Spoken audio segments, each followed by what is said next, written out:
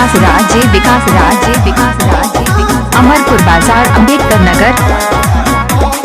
कटहर के काटनी नोट भइल फाट के, कटहर के काटनी नोट भइल फाट के।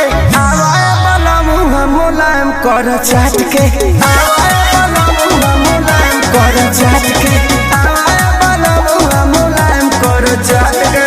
हवा घुसी राजा जी हटावा जानी टाट के, आवाए वाला मुँह मुलायम कर चाट के, आवाए वाला मुँह मुलायम कर चाट के, आवाए वाला मुँह मुलायम कर चाट के, आवाए वाला मुँह मुलायम कर चाट के।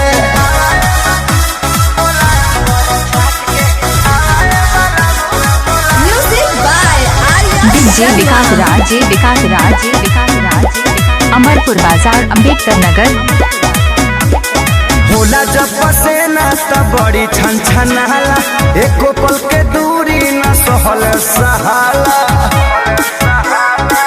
ए हो होला जब पसेना त बड़ी छन छनाला, एको पल के दूरी न सहल सहाला। अहिनी बधारावा से सोना गेहूं काट के, हवाया वाला मुँह मुलायम कर चाट के, हवाया वाला मुँह मुलायम कर चाट के, हवाया वाला मुँह मुलायम कर चाट के, हवाया वाला मुँह मुलायम कर चाट के।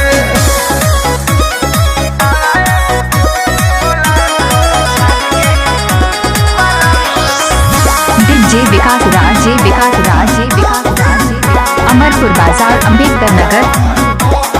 पिया पवन बुझ मना मुके बतिया, कट जाला दिन बाकी कटे नहीं रतिया। पिया पवन बुझ मना के बतिया, कट जाला दिन बाकी कटे नहीं रतिया। सुते लेखे